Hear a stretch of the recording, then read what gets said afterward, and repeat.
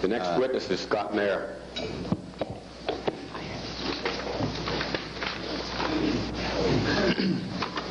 Mr. Mayor, would you swear? Swear to tell the truth, the whole truth, and nothing but the truth, so help you God. Scott Mayer, is it? Yes, sir. Mr. Mayor, are you appearing here today and testifying under oath voluntarily? Yes, I am. Have you been paid by anyone for your testimony other than expenses for coming to Clearwater? Not at all. You have a lawsuit against the Church of Scientology. No. Does the Church of Scientology have a lawsuit against you? Yes. Has anyone suggested to you that you should state anything but the truth, or has anyone suggested that you change your testimony for any reason? Not at all. Okay. Would you like to make a statement? Yes, I would. I find it a little bit difficult to distill 12 years of experience with the church, and I was a senior executive with the church for approximately 7 of those years, so it's to distill all of that information into a small period of time here is kind of difficult. So I've prepared an outline of things that I would like to touch on, and in kind of a rapid sequence, and after that's through, I'm willing to answer questions about any of the areas I touch on, if that's agreeable to you. Yes, sir. Why don't you just follow your outline, and then we can ask you questions when you've completed your outline. Oh, okay, fine. I basically just wanted to let you know what I'm doing now. I work on an on-call basis as a legal assistant and administrative assistant for the city of Santa Monica in the city attorney's office and the environmental services area. And I work for also as a consultant to the Internal Revenue Service with the current U.S. tax case that's been going on for some time, and worked with the senior counselor for the IRS during that tax case as a consultant. The tax case I'm referring to is the time period of I believe it's 68 through 71 in the U.S. tax court. Judge Sterrett. Policy against the Internal Revenue Service.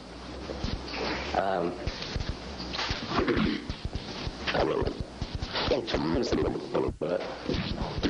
the organization, I entered the administration as a result of having a ship's master training program being offered to me.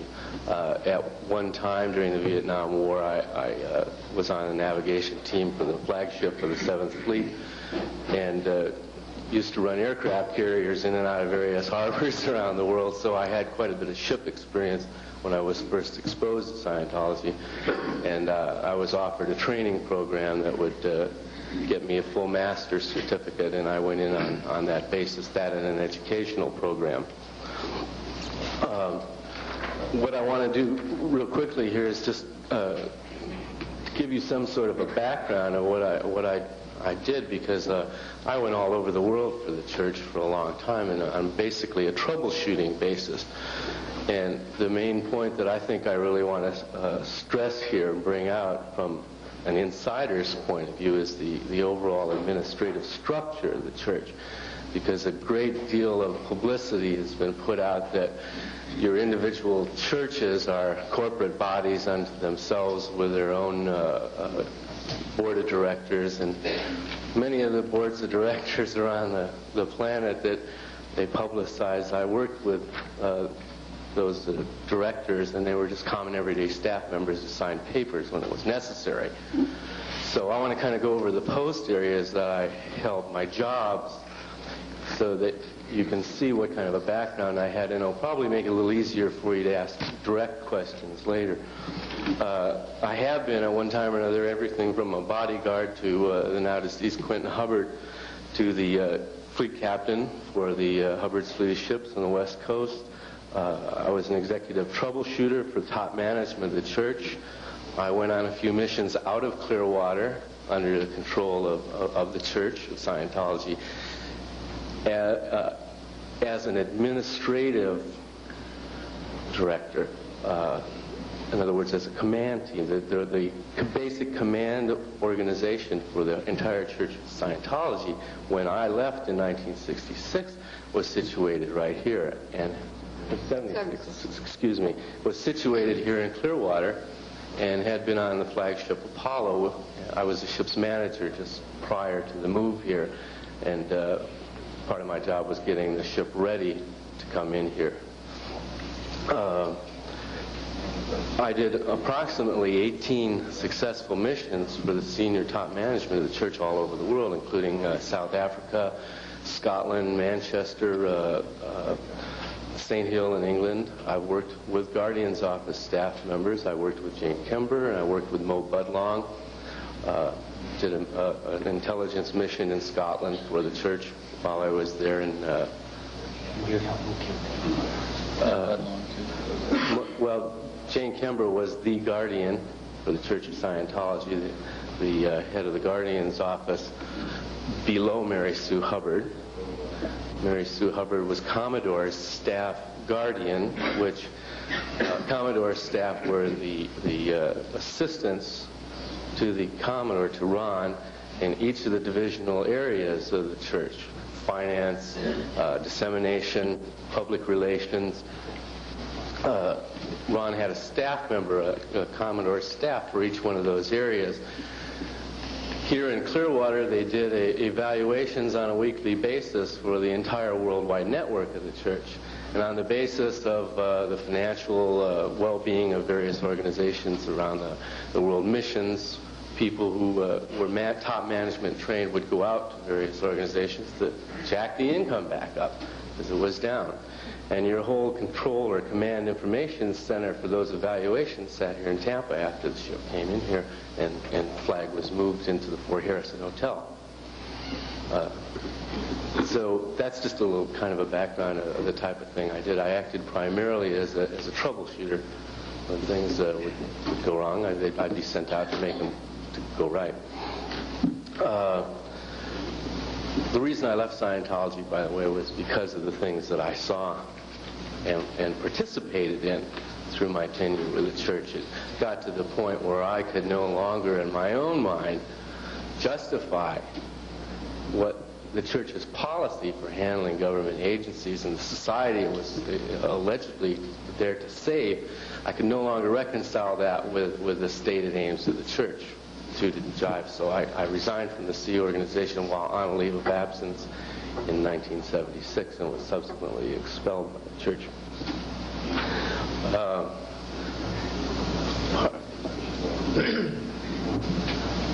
Part of the reason I wanted to come down here was that I had talked to Martin Cohn, who was the senior counselor for the IRS in the tax case about a week or so ago, and I asked him if there was anything that I could do for them while I was down here in terms of bringing back information. And one of the things that he said to me is, he said, Scott, we've been a year at this now, and I'm still on an on-call basis with them as a consultant. He said, if I had realized what you were trying to tell me a year ago, we could have taken a whole different tack with this case. And what I have observed, and I have to admit to you that I've stayed pretty well in hiding for the last 3 years.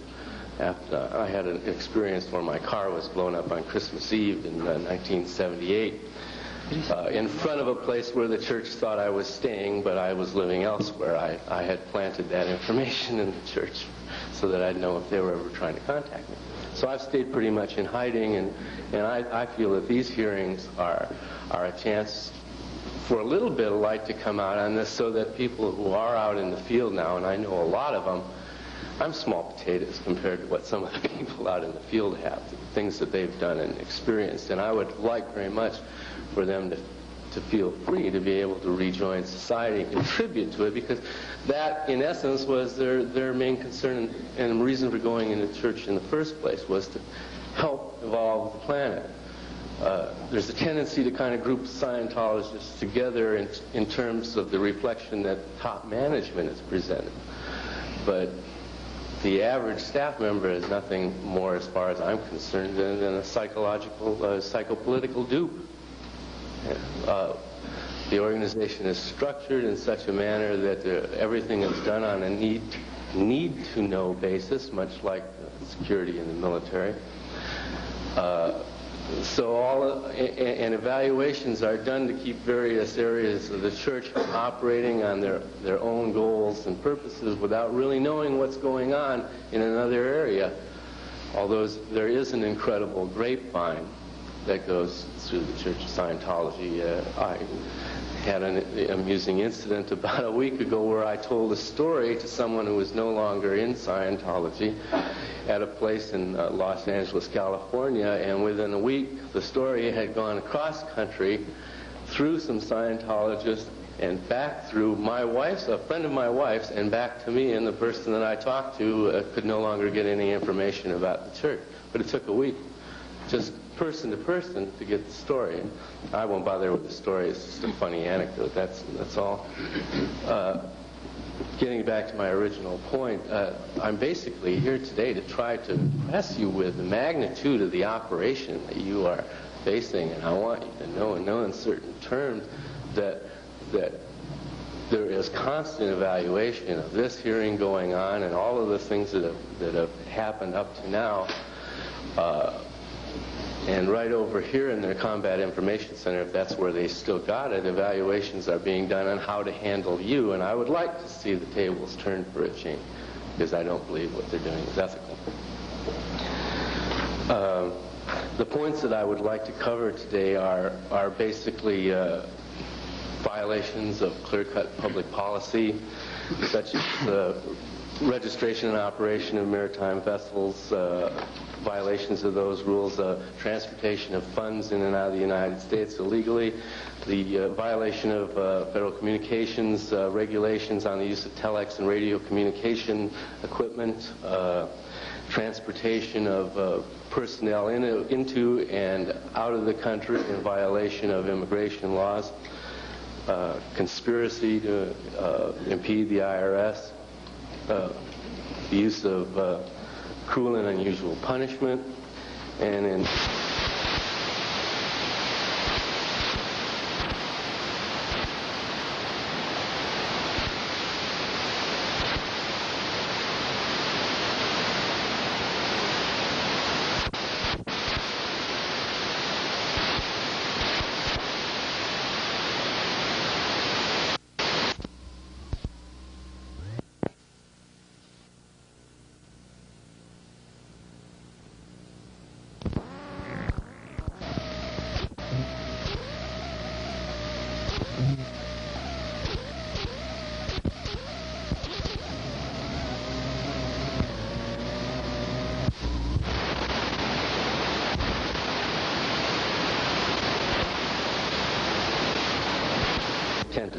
the United States Postal Service, and I have personal experience with the church in all of those areas.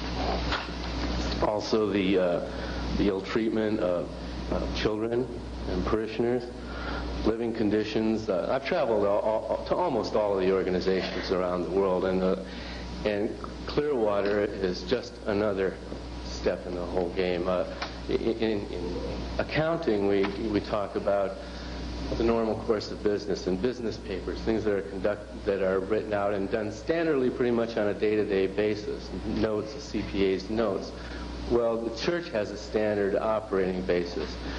It has an incredible amount of policy that it can show you to tell you that it's not doing anything, but to someone who's really well trained in their policy, they can show you a policy that makes it be all right. So what you continuously have a facade being put forth to the public about what's church policy, but there is a corollary, a corresponding policy that would make it all right to violate that policy. Superseding policy? Yes, well, it happens to be a crime in the church to impede Scientology. And any staff member would be, severely punished in terms of the organization for impeding the progress, the expansion of Scientology. That they're called high crime policies.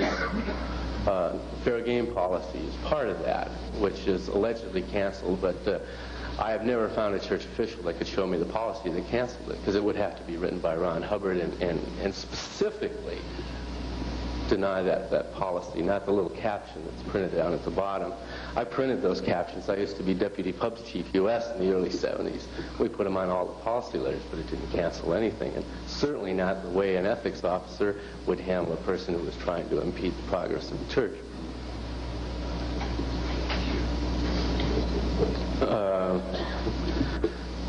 In terms of the fair game policy itself, of course, I have no way of proving that the Church of Scientology blew up my car. I just have the knowledge within myself that that's where I told them I was, and that's where it got blown up. The fact that I didn't live there was to my credit, not theirs. So, in testifying before the U.S. tax court the day after my address went on the record, I was sued by the church by my ex-wife, who's, I presume, still in Scientology. The transcript hadn't even been published yet, and they had my name and address and had a little kid come out and serve me the papers. So I was being sued, and I subsequently moved, and I was under IRS protection at the time anyway. I was in a safe house, so I moved, and I've been moving ever since.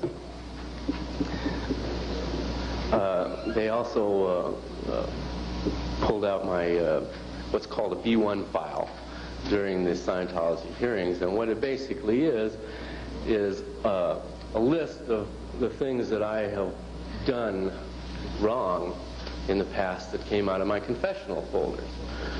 I'm kind of getting a little out of sequence here in terms of what I wanted to talk to you about, but since the point has been brought up, there is a statement by the church that confessional folders are not available to anybody but the auditor or the minister.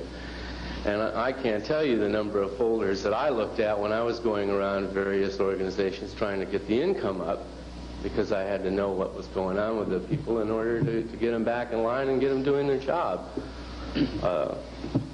They brought out my B1 file. I didn't even know it was that thick. I was rather flattered. I didn't know that they could get that much stuff out of it. But there were a couple of files sitting right next to me at in the courtroom that had my name on it, and they didn't have anything else but my confessional folders and my B1 file. The B1 file comes out of the confessional folders. It's a timed sequence, a date-time sequence list of all of the things that they feel they can use with it.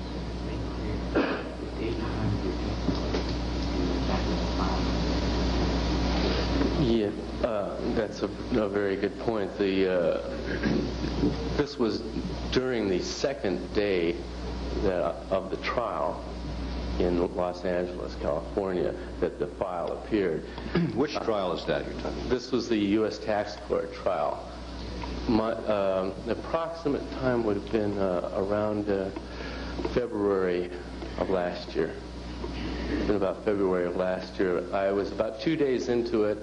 You have to realize my function during the trial was when the Scientologists would get up on the stand and tell their version of what was going on with the church, whenever they would either directly lie or when they would present a policy letter that was supposed to tell what kind of what their policy was on the subject that was being discussed, I would reach over to Mr. Cohen and I would direct him to the policy letter, the definition that opposed that.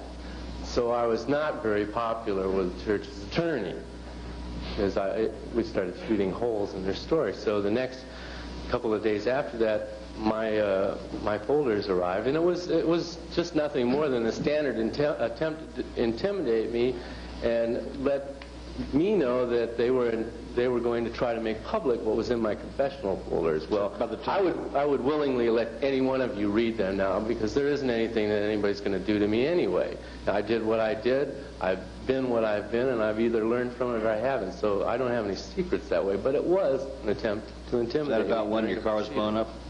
No, that was in 1978, and I had been moving around.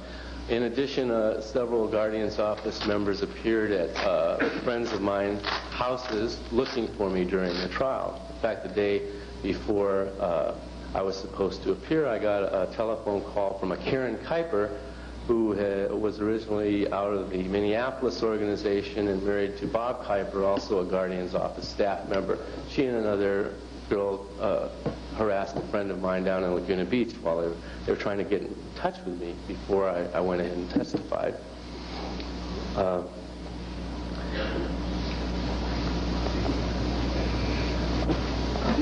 The other areas that I would like to cover with you is how Scientology actually operates against the best interest of the community, and possibly touch on some things that I believe would help you in the incredible job that you've got of making ordinances out of all of this when it's done.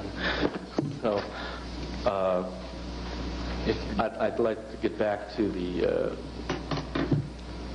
use of various telex equipment, so on and so forth. During the course of my time in Scientology, as a senior executive, I was on call 24 hours a day. I could be on course in Los Angeles and be ordered into briefing because a set of flag mission orders had come in ordering me to Austin, Texas, or Boston, or Florida, or South Africa, and I'd have about 15 or 20 minutes to get my stuff together and get in a briefing. And incidentally, one of my jobs when I first got into the upper level executive structure was briefing couriers on how to get things in and out of the country. I probably have 100 briefing tapes of people, couriers, that I briefed on how to get through the various immigration, customs officials, postal officials, attempts, to get things out of the country. I have been personally involved with people who have brought money in and out of the United States. My ex-wife and I smuggled $2,000 worth of rand apiece into Clearwater on our last mission from South Africa in 1976. $2,000 worth of what? Rand, Kruger rand. Oh. That's the form of currency there. So I'm familiar with the fact that it isn't just an accident if some money gets out of the country. It's a regular established procedure.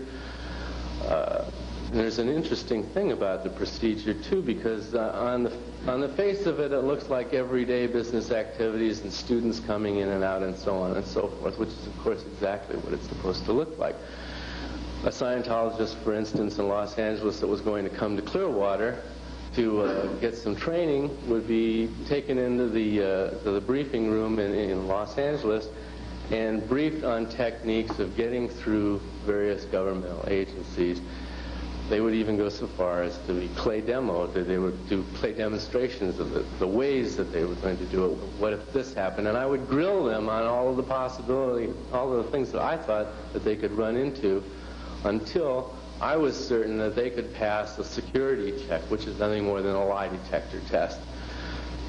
And they could go down and they could say that they understood their mission and they knew how to carry it out, and they had no other reason for going but to carry their mission out. And this was routine. They were routinely checked on a lie detector to make sure that they'd actually got what I was trying to tell them, and didn't have any other reasons for doing it. But we might send out 12 or 15 people in a week to Clearwater, to other places earlier where Flag was. I was also, at the time, I covered what was called operations in the United States. I was directly under what was then the Continental Commander for the United States area. I handled external communications, telex transmissions, church management across the United States on a supervisory level, and data evaluations, organization analysis. I would analyze things that were going on in various churches around the country and devise programs or plans that people could be sent out on to raise the income level of the organization. So I might brief 10 or 12 people a week to go out to Flag, and my external communications chief would have pre-wrapped, using two sets of wrappers, the first wrapper for whatever was going out would have the liaison office address on it for wherever the package was going to go through before it was mailed, before it got to flag. And the second one would be a phony address and a phony corporate name on it. And at one time, when I first inherited the job, we maintained 5 different phony companies that things were shipped out of Los Angeles to various parts of the world. And all of the packages, as I said, had an outer wrapping and then an inner wrapping so that when the courier successfully got out of the country, the wrapping could be taken off at the liaison office and then forwarded to the next checkpoint. After the couriers were briefed by me, they were sent down to finance where they would be given packages to courier to flag. None of the couriers, because of the fact that the packages were pre-wrapped, knew who had the loot or who had what. They were all instructed to act as though they were just corporate papers. And that was part of the standard everyday briefing.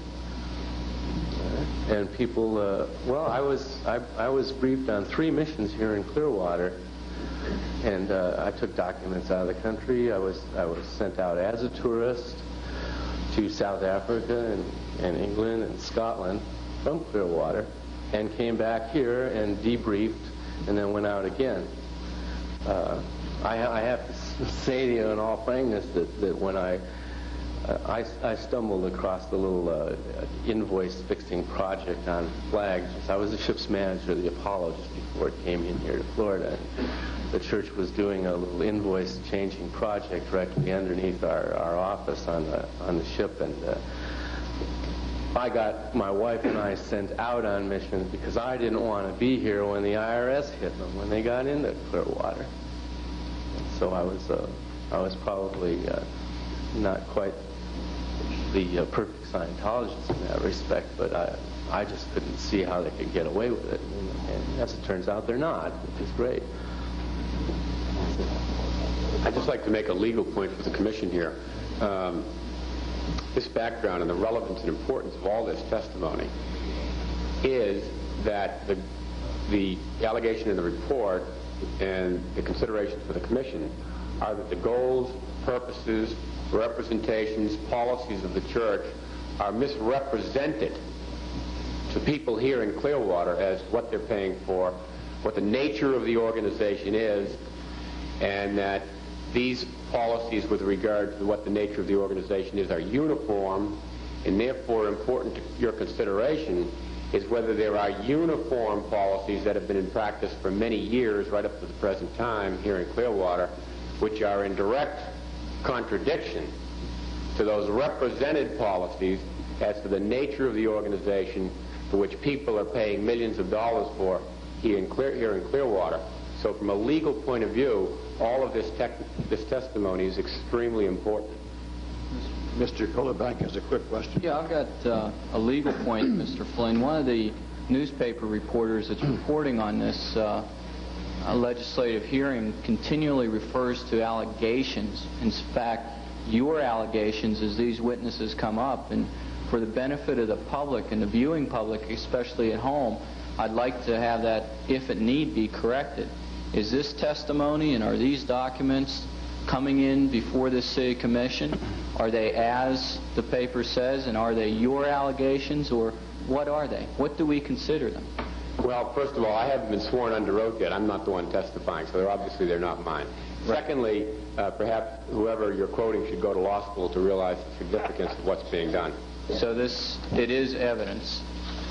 When the final report is prepared and the items of evidence that have been introduced so far and will be introduced the rest of the afternoon are presented to the Commission together with the proposals for the ordinances, the significance of them will become quite plain. So they're not allegations, they're evidence. That's correct. It's a good point, Mr. Kohlerbank. Many people have read those allegations, and I'm glad it was cleared up, or at least now understood. Thank you. Mr. Mayor. I'd like to just say something about what just transpired here. I have not heard any of the testimony that's gone on before me, except a couple of minutes of the last person as you were closing. I'm not here to make any legal allegations in terms of a trial or anything like that. I'm here to state to you in no uncertain terms that there is only one Church of Scientology. There's only ever been one Church of Scientology. Its entire management operation has been run from Ron Hubbard through Mary Sue Hubbard through the Guardian's office. The Sea Organization, which is the arm of the church that carries out Ron's administrative policy demands, it has always been that way. There has never been a board of directors that has ever operated autonomously within the church in any organization that I have ever been in, and I've been in almost all of them. One of the persons that I did a mission, for instance, Denny Goggly in St. Hill, England, is allegedly one of the officers of the Church of Scientology. I did a mission with him. He was nothing but a clerk. We did a mission to Scotland to handle a guy that was messing up an organization there, and we used his confessional file and his B1 file and knowledge of communist activities on his part and involvement that he had had with a stolen goods ring to run him out of the area and stop interfering with the church operations. Mr. Goggly had never, ever been in a position. He was kind of a laughable kind of guy, as a matter of fact. There was no way that he was intellectually capable of being an officer of a worldwide organization, let alone the mother church in England. Could you have him define mission, what he is talking about? A mission is a specific set of objectives. If I say I went on a mission, that means that there was a specific area that needed to be handled within one of the churches, and a step-by-step sequence of action for rectifying that situation was laid out, and I was very thoroughly briefed on what to do and how to do it. I could walk into the organization and remove the executive director, whether he was the president of the church in that state or not. I could walk in and show him my missions orders and say, "You're on your way to Flag. Be ready in a half hour." And there wasn't going to be anybody that would give me any crap about it. Now, maybe I'm being a little strong in my language about it, but I'm trying to get across to you that a Sea Org member on a Flag mission order or an L. Ron Hubbard personal mission, which I have been on, had unlimited ethics power in the organization, unlimited ability to walk in and remove the directors and send them packing, have them before what the church calls a committee of evidence, and have their confessional folders brought out, gone through, and charges made, and have them brought up before the committee on it. Nothing to it. That was just standard everyday stuff. The church is very fond of telling you that nobody has access to those confessional folders. It's just not true. Any missionary can order them. I used to order them brought into me so that I could see which people I wanted to take the time, because it's a very lengthy process to do a lie detector test on somebody, especially to the degree that the church does, to get into their personal history, their personal. It's looking for crimes against the church is what it's looking for. You see, it's against policy to impede the progress of the church. In fact, it's a crime not to practice Scientology. You can impede the church by not practicing. So it's very standard procedure to find out who's been doing what, bring them into the office and let them know that you know what they've been doing, what's been going on. One of the techniques that's also used is to go, well, listen, we know where there were some errors in your auditing. We know where there's some case problems here. Don't worry about it. As long as you produce, as long as your production is up, if the person was a registrar, their sales were up for the week, as long as you're doing that, don't worry, you'll get your auditing and we'll make everything all right for you. So I just want to really get that point across to you, that there is no separation of the various churches.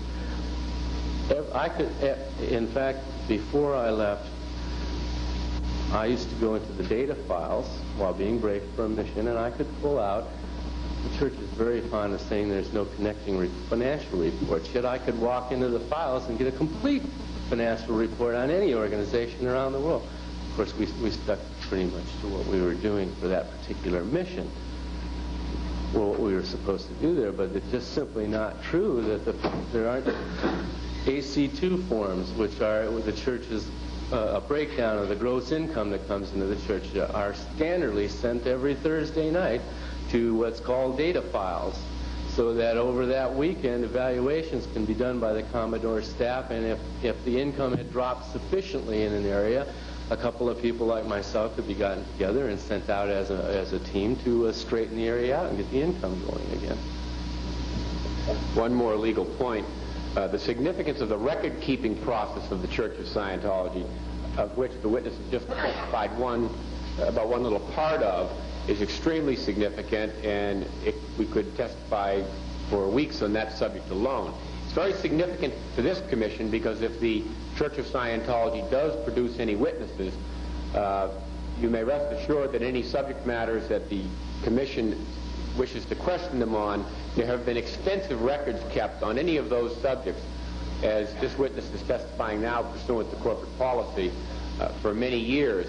So if there were records pertaining to any educational processing that's been going on at Fort Harrison, clinics, patients being taken care of, people being taken care of and what they were treated for, children that were in the nursery, what type of education they received, what type of grades they received, guardian's office operations, any of hundreds of varieties of issues, you can rest assured, as the witness will testify, that there has been extensive record keeping about that issue. And so if a witness was brought onto the witness stand, he could be questioned in detail as to, for instance, if there was a school at Fort Harrison, where the school was, what dates the school was run, who attended the school, and what records there are pertaining to all of those items.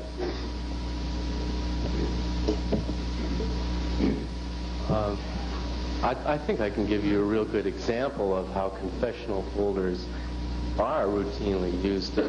I was fired on a mission from Clearwater into St. Hill, England. Flag had arrived at that point in time.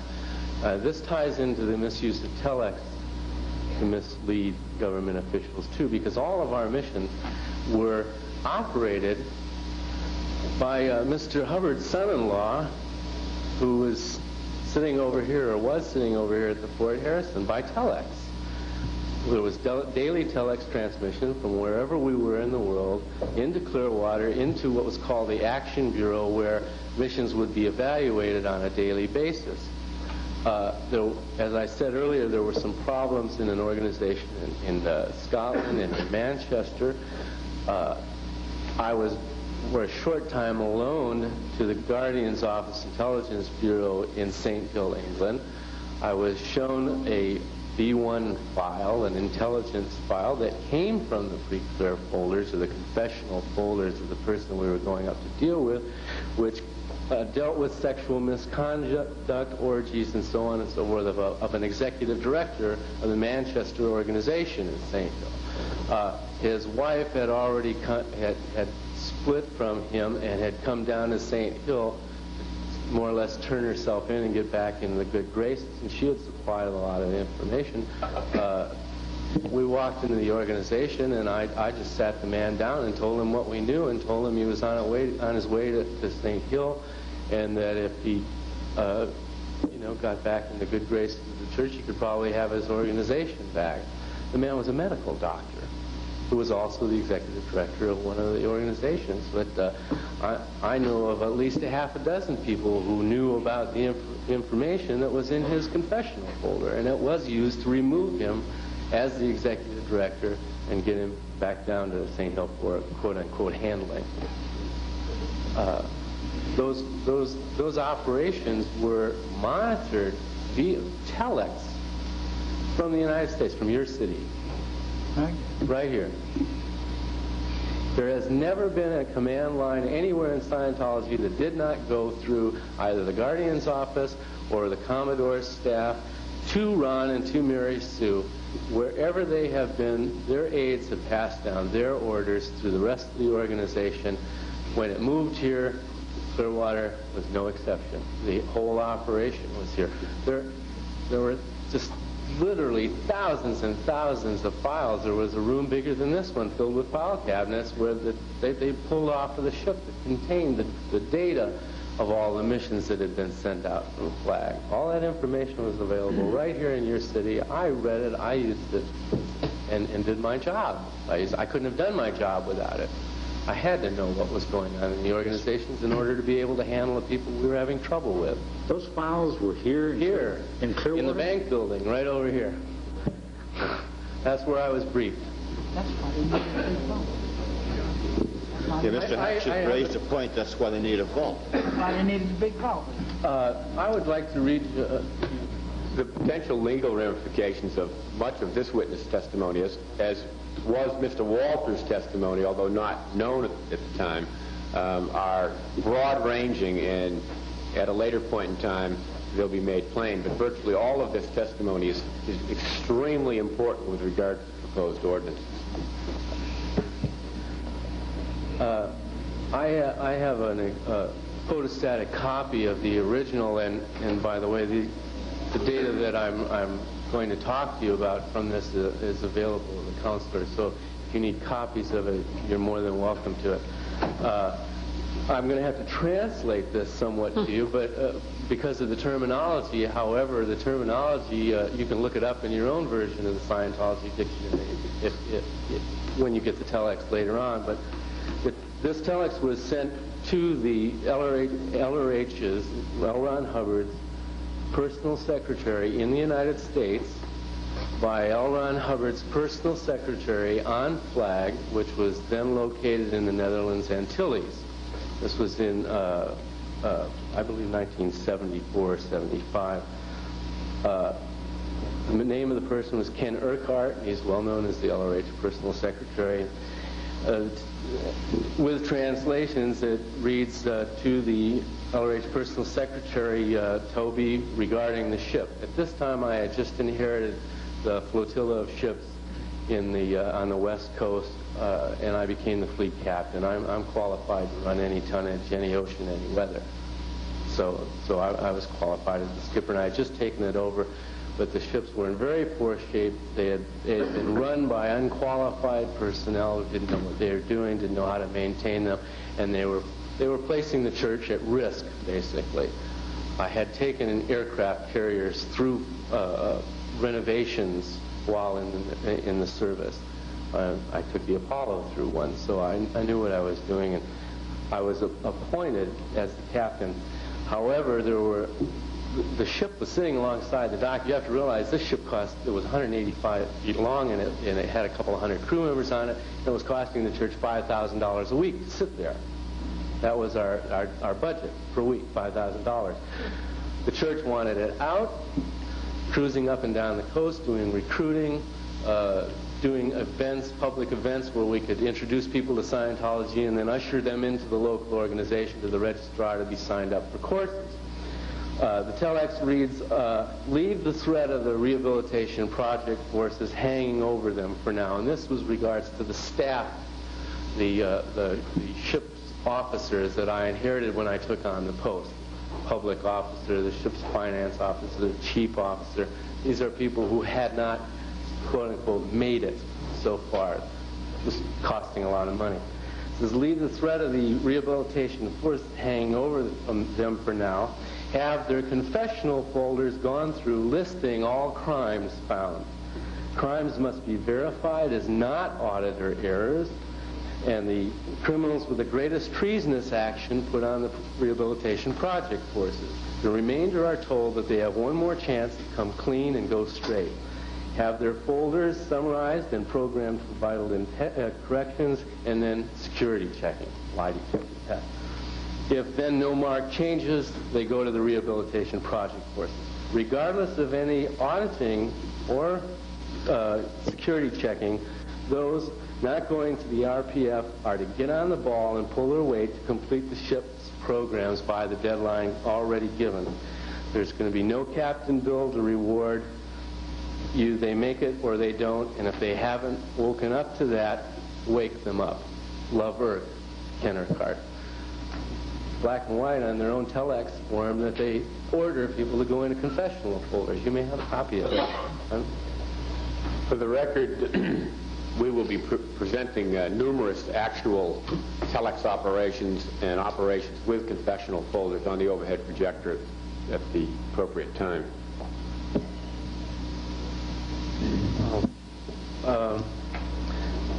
And the significance of that issue, where probably per year thousands, perhaps tens of thousands, numbers unknown by this commission at this point, are coming to your city and paying millions of dollars, believing that all of that information that is being given to this organization is highly confidential, is of obvious legal significance.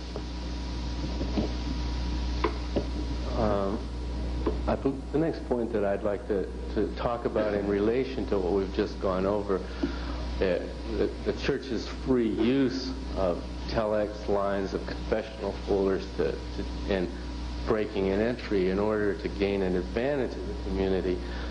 In 1971, when I was running operations for the church, I was involved with a man whose name I don't care to give now, unless it's all right with me.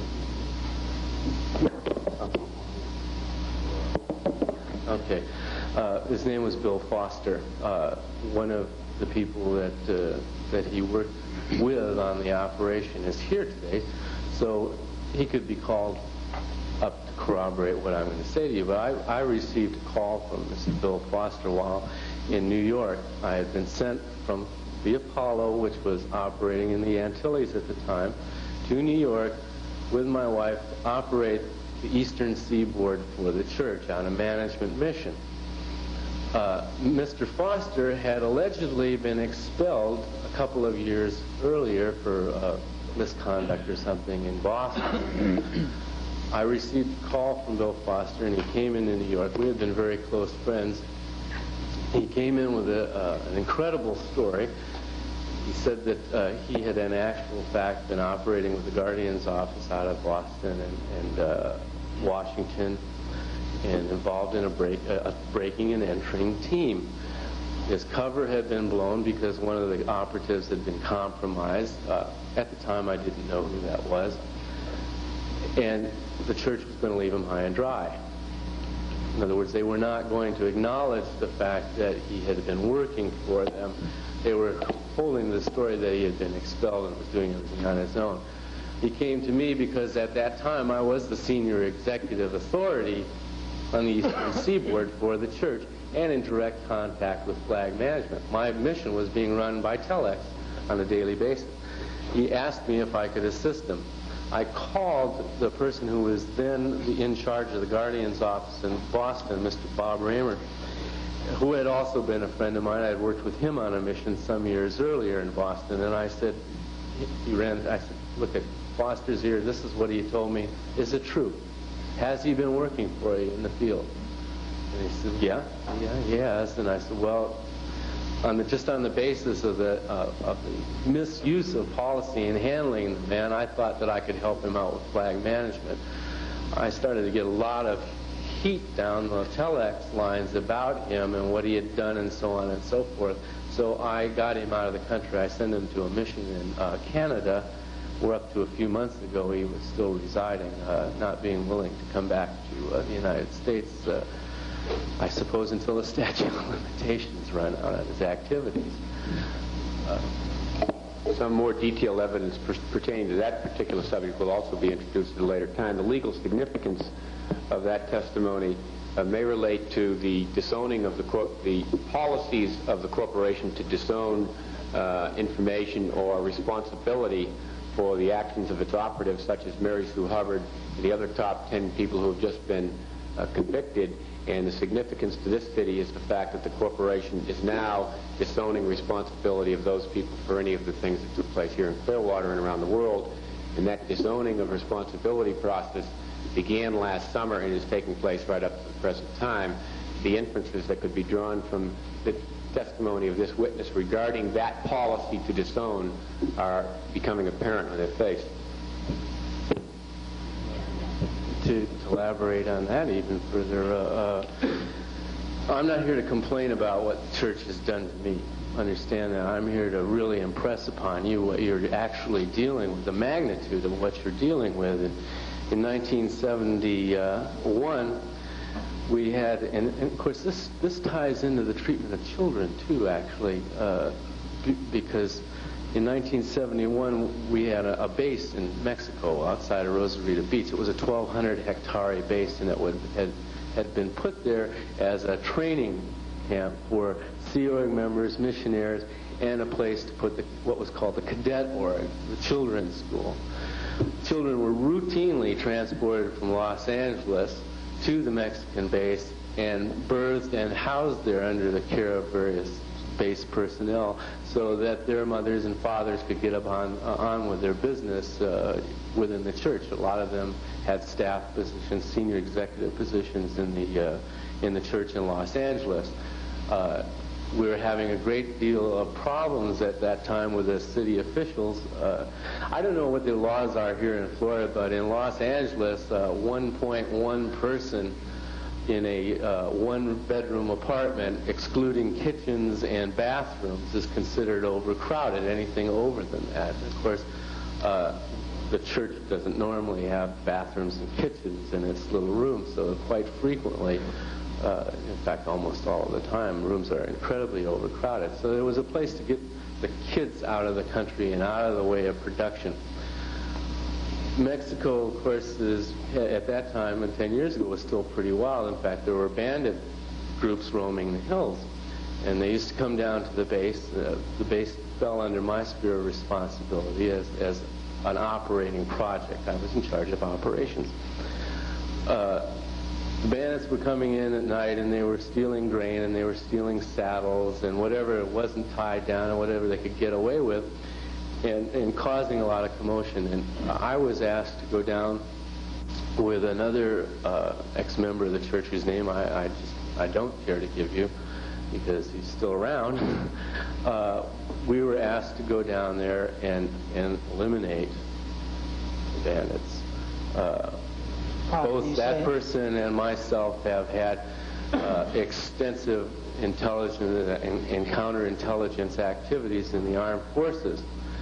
The person at that time had free access, in fact was dealing in arms at the time, and was routinely used by the church on various guardian operations. We were asked to go down and actually went into briefing to go down and set up a little infrared sniper scope in the middle of the night and make sure the bandits didn't bother us anymore. Fortunately for me, one of the ladies who was managing the children's org at the time shot one of the bandits, I believe it was the leader, through the front door when they were trying to break in, and they dispersed, and the mission was subsequently called off. I just want to get across to you that at that point in time with the church, that sort of thing, they were impeding Scientology. They were nothing but bandits, and they had to be gotten out of the way. And that was the way. I don't know what else to tell you about it. You can ask me questions about it if you like. All I can say was at the time I was willing to go. I don't necessarily feel good about that now, but at the time I didn't make any protest.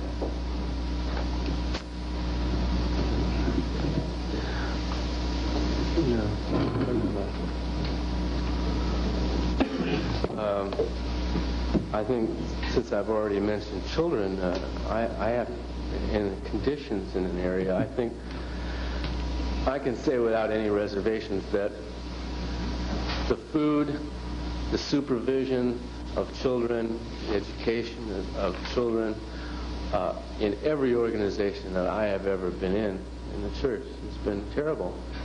I got into an incredible firefight with a person named Fran Broker, who was in charge at that time of financing the various operations in Los Angeles. What do you mean by firefight? Well, I was trying to get money for the base, and she had the power of pen. All right, and I had to make a plea for monies to adequately feed and house the children. And the problem that I had, and this is kind of a funny story in a way, but at the time for me it was really serious. The caretaker used to come up from Mexico on a weekly basis to get money to bring back down because they did their purchasing in Mexico because of the price difference. the area was incredibly infested with scorpions, snakes, tarantulas, spiders. The area around the base house had a lot of shrubbery up against the house, and the place had never really been made habitable. The man brought me up a jar full of scorpions, tarantulas, and laid at me. He says, "Look at it. We've got to have money to clear this brush out. So one of these kids gets it. You and I are the ones that are going to be in trouble because we're responsible for the area. The rest of the church is going to take the rap if a kid gets killed down there." So I took the jar and I brought it into the woman, and I plopped it down on her desk, and I said, "Here they are. What I've told you is true, and I'm laying it on you. I'm not going to be responsible anymore for the care of those children if you are going to deny me the funds to get the tools necessary to clean around the house and take all of the brush and stuff away and make it safe for them." And I eventually got the money, by the way, but I was no longer in financial favor in the church. It was a little hard to get money out of. That persisted wherever I went. Staff members were always ill-fed, ill-clothed. I had a personal situation where I had an abscess in my tooth, and I was being audited for it. I wanted to go to the dentist, and I was being audited for it. And they spent about a week and a half giving me various auditing assists, what are called touch assists, to get rid of the pain and get me out of it. And finally, it was just I was just delirious, and there wasn't any money for the medical float, was what it boiled down to. They didn't have the money to take me to the dentist, so they were trying to handle it with Scientology. I went to the dentist, and this was in San Pedro. Although I don't recall the name of the dentist, the records are certainly still available if it ever came to that.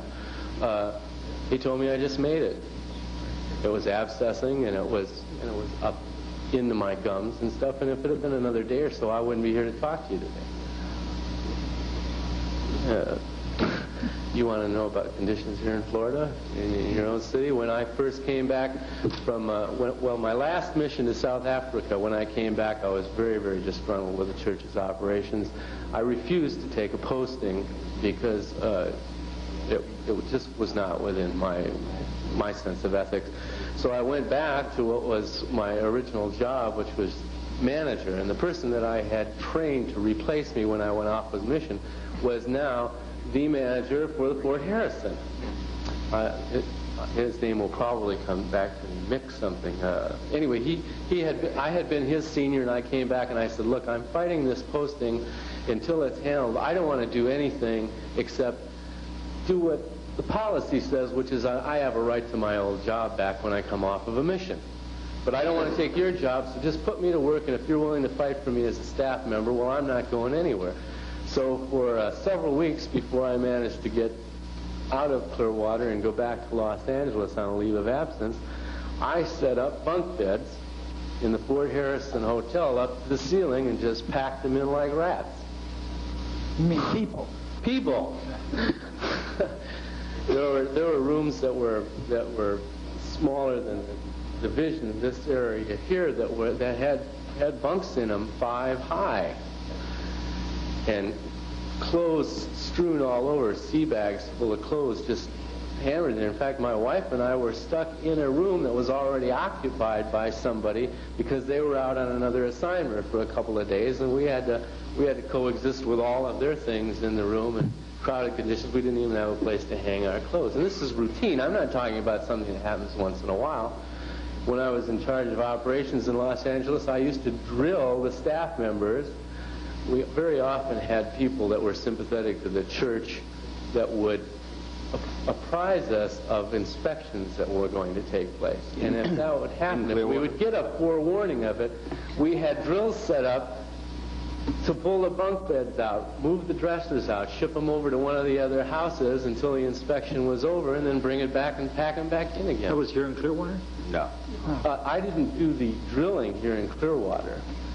But that's part of one of the regular drills that the Sea organization has on what is called its watch quarter and station bill, which is a list of jobs. It's naval terminology.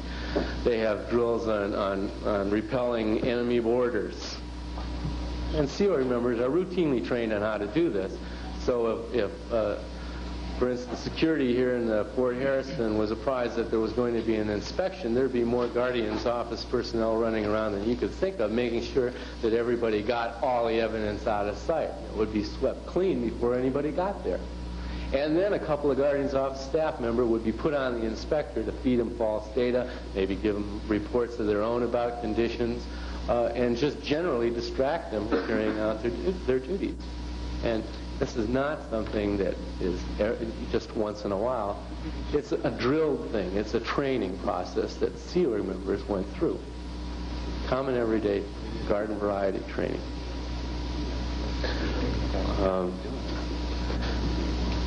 I think, maybe I'm open right now for anything you want to ask me about. I do have some other things, but I think it'd probably be... All right, I'll start with a few questions and turn out to my colleagues. I think you're probably the best one to answer this question that I've asked two others. Why Clearwater? And why the United Churches of Florida? And not Tampa, Brooksville, or Miami? And why not we're the Scientologists? Well, is the climate that right? Yes, in more than one sense of the word. You're talking, when you're talking about setting up a base where L. Ron Hubbard might actually come and exist, you're talking about an area that is very, very heavily evaluated in every sense of the word. Who's in local offices? What have they done? I want you to know that every single person on the city council was very, very thoroughly, their background was very, very thoroughly checked to see if there was any stuff in the woodwork that could be used against you. I happen to know the man that purchased the church grounds here in Clearwater at the time. His name was Ron Strauss. He was a musician on flag in the band when he was selected for the mission to come in and do it. That's something. These evaluations, of course, were done. They're all done in advance. All of this stuff was done in advance.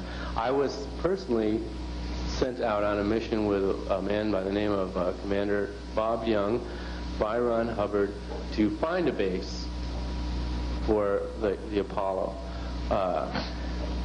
It was only a rumor, but it was pretty solid to everybody that was on the ship at the time. The Mary Sue had enough of running around in Ron's rusty old yachts and wanted a nice place where she could, have herself a little chicken farm or something. Didn't, of course, work out that way, but I ran all over the Caribbean with another man looking for locations. We went into the places on a cover story. The cover story was basically that Operation Transport Corporation, which is now and never has been anything else but the Church of Scientology,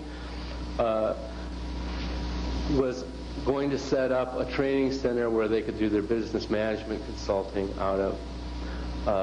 There was another operation going on at the time called the Universal Media Organization, which was a promotional organization. Television shows, slide shows. We did some work for one of the government officials on Aruba, I believe it was. We did a project for them. This is all to lay in a cover so that when the church came in, all of the questions that could be asked and all the investigations that could be done to discourage them from coming in had been done on an organization that really didn't exist anyway except as a facade to waste your time on. By the time you finished running around trying to sort all that stuff in, we were already here, if I remember correctly.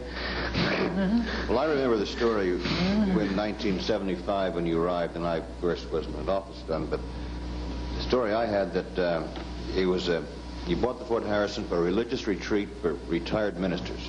Yes, well, the actual fact of the matter is what we were trying to do at that time, and Bob Young, myself, Bill Lazzaroni, I don't know where he is now. We were the ones that, and Ron's personal secretary or assistant at the time, her name is Liz Osley, we conceived the idea of the media organization in order to get Ron back out into the public. We all felt it was time that he get out in the public. The idea was, and I used to read the scripts. We'd write the scripts for what was going to go on and what shooting scenes were going to go on, and they would go through Liz to Ron or Mary Sue and be approved for the actions. And the idea was to get Ron out here in the community as a religious leader.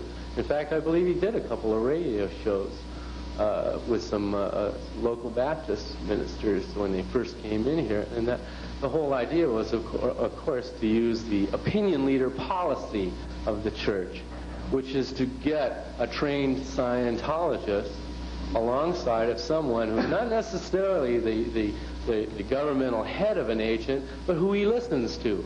Who do you go to when you need advice? As a counselor, you have people that you respect their advice. Well, it's a little too obvious to put a trained Scientologist in the mayor's office. But if you can find somebody that the mayor talks to and get a trained Scientologist next to him, boy, you're in good shape. You can just feed anything you want to along that line. And I assure you, that's done every day. I personally brought 60 people up to the governor's campaign in, I think it was 1974. I was asked by the Guardian's office to provide rehabilitation project force personnel to back one of the gubernatorial candidates in California. He lost, by the way, but nonetheless, I had him up there, and I got a commendation for it. I still have it, by the way, for my actions in bringing Scientology into more good favor in the state of California. And they flyers, and they had flyers and brought people into these blocks. This the criminals are Scientology. Clear, well, why not? I mean, it was clear the right size, being roughly 100,000 people. Was Tampa too big, or was, say, Brooksville too small, or? Politics, sir. The reason we found some beautiful locations for the base in the Netherlands Antilles, and ran smack into a man who was in the Guardian's office at the time. I don't know if he still is. His name was Brian Rubinick, and Brian was always a little paranoid, but he was a Guardian's office personnel, and he was very, very afraid of the political situation in the Caribbean. At the time, as I recall, they were storing a lot of oil over there while we were having a warm winter and didn't need it here. So there was a lot of political things going on in that area to make sure that nobody knew there was more oil and gas around than anybody could possibly have dreamed of. So the political situation in every area that was looked at was very, very closely evaluated. You had a situation here at that time, as I recall, the tourist business wasn't doing all that good. There was plenty of property available at a good price. A lot of people wanted to get some money back for the investments that they made because Clearwater wasn't booming at the time. I believe that they did find some things to attack the mayor's office with at the time, although I was running in and out of Clearwater at the time, so I wasn't directly involved except for people who would tell me things in confidence because they knew that I wouldn't squeal on them if they told me something that they could get in trouble for. Understand, a lot of the things that I heard from close personal friends who would have been in an awful lot of trouble had anybody known that they had disclosed what they were doing to me. In terms of the rules of evidence, I think you realize what that means. It's not hearsay. So you investigated the personalities or the temperaments of the local officials and either appointed or were elected when you came in? No, the whole area. I understand a set of mission orders of the magnitude of, in fact, it was an LRH Executive Directive 500 series. I don't remember the last couple of numbers on it, but this was probably a 15 or 20-page set of step-by-step things that had to be done before the Guardian's office would approve the move. All right, so you didn't have the church just willy-nilly walk in here and sit down. All of these things were very carefully evaluated long before they went into Daytona and started getting in trouble there and moved up here. But as far as I'm concerned, from what I've been able to piece together from the people that I knew that were involved in it, this was just politically a nice place. Naive town, or nice town. Before we get on the other questioners, you said that we're having a hearing against or for the Church of Scientology, and they are back in the office trying to figure out how to handle us. How do you think they may handle us? Look for our butt. What should I be aware of? And what should my colleagues up in this platform? Well, I'll tell you, I sure wouldn't want to have any skeletons in my closet. I'll be very frank with you. Now you tell me. Mr. Mayor. Yeah. Mr. Mayor, may I ask him a question? They're not of any value once they've been used. If you got a phone call in the morning, the phone call consisted of, I heard you talking with the gentleman before, I know you have 2 daughters, and they go to such and such a school. Would you consider that a threat? If the facts in the case were the truth. In my case, it certainly would be. If that phone call came from me, would you take that phone call serious? Oh, sure. In fact, it would already have gone past the point where you should have been doing something about it.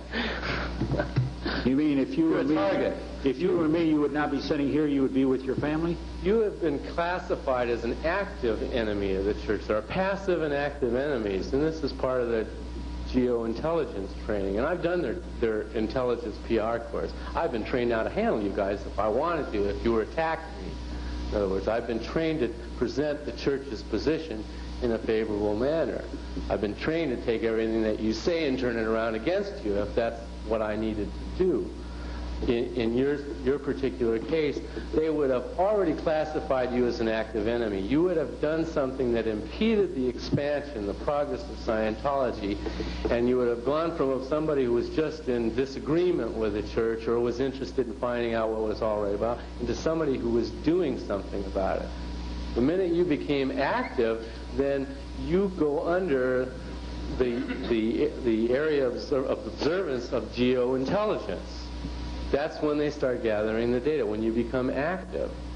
I didn't get sued until I testified, as long as I hid for 3 years after I got out, and the IRS didn't know where I was, and nobody bothered me. But the IRS found me, and I agreed to work with them. And as soon as I did, the day after I put my testimony in the record, it hadn't even been released yet. Well, Mr. Burfield's out. He arrived on my doorstep. Concerned about some threats he has had. I have, unfortunately, no longer live with my family, but I'm concerned that too, and that's why I'm asking you, as a person who has done these things, how they should handle. How may we expect to be handled? Well, a friend of mine's daughter a week ago turned her in to the Church of Scientology for dealing with me and a bunch of other Scientologists who had gotten together outside of the authority of the church to discuss the things that they didn't like that were going on in the church. Her daughter is a Sea Org member and went straight into the church and turned her in for the activities, and they pulled her in and grilled her. In fact, she has a lot of money still with the church, so they sent a couple of registrars along with to try to get her to go back in here to Clearwater and get her quote-unquote case handled so that she would be no longer in disagreement with the church. That's a standard qualifications action. There's a qual division. Anybody that becomes disaffected with the church, their confessional folders are immediately gone through, and you attempt to get them back into session, being audited, and get them back in alignment. A standard procedure then would be, before to stop these hearings, would have been to find skeletons in the closets of the 5 commissioners or possibly the attorney and the manager. Would that be the normal way of someone of influence to stop these hearings before they started? If you want to know what the Church of Scientology will do to you, read The Art of War by Lao Tzu. Because that's one of the required books on the training manual for an intelligence operative. The whole part of all of the intelligence operation, drills and policies, as I mentioned at the beginning and a number of times, will all be put into evidence. Some already have, but there are hundreds more to be put into evidence. Well, I've lured my family just to watch themselves, and Mr. Burfield has lured his family, and I'm sure the other commissioners have done the same, and letting them know that I know if anything does happen. Sir, if I may, one of the points that Counselor just reminded me of that I wanted to bring up was that while I was on leave of absence from the church in Los Angeles, I was approached by a guardian staff member. My wife at the time, Reva Biddleman, had parents that lived in Miami. Her father had been a successful supermarket owner. They were very well known and thought of in the Jewish community. We were asked if we would consider infiltrating all of the local charities as fundraisers, using their father's influence in the community to get, go through the family ties, the lines, and what we were supposed to do was infiltrate the charities, do a lot of good fundraising things, bring some money in, and at the same time, impress the charities with our confidence and gradually gain some sort of control over them. It was decided about 3 weeks after we were approached that because we were so well known as Scientologists around the world, we had traveled extensively for 14 months for the church top management, bailing orgs out of financial trouble. So we had been approached, and they decided that we were too well known, so they were going to use somebody else to do it. I'd check your local charities. You may have somebody operating in there right now. I don't. I was asked to do it. Okay, let's get a little different track then. If you said if you could pass a lie detector test, you were trained to pass a lie detector test. If you're that well trained, could you then also pass an E-meter test? Secretary. That's the same thing. Yeah. I know that. You trained people. To lie. Yes. To lie so convincingly and so convincingly well that you could pass a lie detector test. No, that they could pass the lie detector test on whether they could do it or not. And they couldn't go out until they could. That's how well trained they were. They knew in no uncertain terms when they left that they could get through any customs officials and complete their mission. Customs officials, immigration officials, authorities, reporters, whatever. They knew their job cold. So cold that you could put them on a lie detector and they wouldn't read. When I say read, I mean the lie detector test would show that they were not lying when they said they could do it. And how could you possibly fail the E-meter test when you were put back on that late for auditing? Well, if you had something that you had done against the church and had never told anybody about, that would read on the lie detector. It's an area that you're not only taught to lie for specific reason or job or mission. Okay, there is a difference between active use of Scientology intelligence technology and the use of the E-meter to find out whether or not a person is doing what they're supposed to be doing. In one form, you have like a security check when somebody goes into a company. Often now companies like Radio Shack, Tandy Corporation now uses a lie detector test with regard to the application form that you fill out for employment. So it's in that order of magnitude. A staff member could be brought in at any time. H.C.O. Hubbard Communications Office had the right to call in any staff member and put them on the meter and find out whether they had been doing their job, whether they had been using Scientology standardly or not. And if they failed, take whatever measures necessary to correct that. On the other hand, you had training somebody so well that you knew that they could do their job, and to verify that they themselves knew that, put them on a lie detector. And if they didn't feel 100% confident, it would read.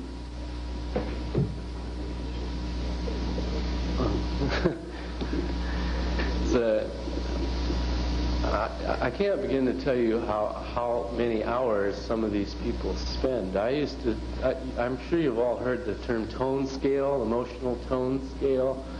Maybe you haven't gotten into any of that. Well, basically what it is it's a set of techniques where you can bring somebody emotionally up or emotionally down by being able to ascertain what they're basically not confronting in life, what they're not willing to face, take responsibility for.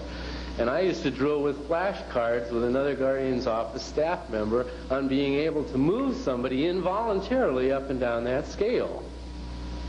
Just by simply spotting where they were really coming from in terms of their ability to confront life. Those drills are constantly run on Scientology people that deal in public lines.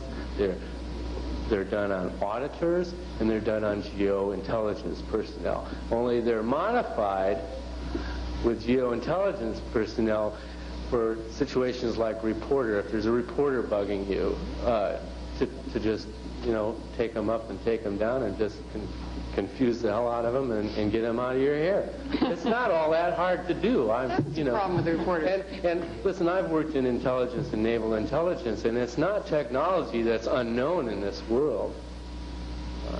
It's just modified for the use of the church. It's not something L. Ron Hubbard just dreamed up on his own. It's standard intelligence procedure. Standard brainwashing technique. When you took money out of the country in phony packages, did you take it out in cash? The biggest incident that I know of personally was a $50,000 cash shipment that went to Flag when Alex Sibursky was called to Flag in 1971. There are other people that I know of that took it back and forth, but this is a situation where I was in the office and he said, yeah, I'm going to bring Ron $50,000. We had a good week. I think we made $500,000 that week for U.S. gross income. In fact, I don't know whether you know it or not, but when I left Scientology, the Church of Scientology in Clearwater, Florida, had a gross income of $500,000 to $700,000 a week. And I know you people didn't see any of that money. Neither did the tax collector. How much are they skimming, do you think, in Clearwater? Well, the policy of LRH is to try to run an organization on 25% or less of the gross income.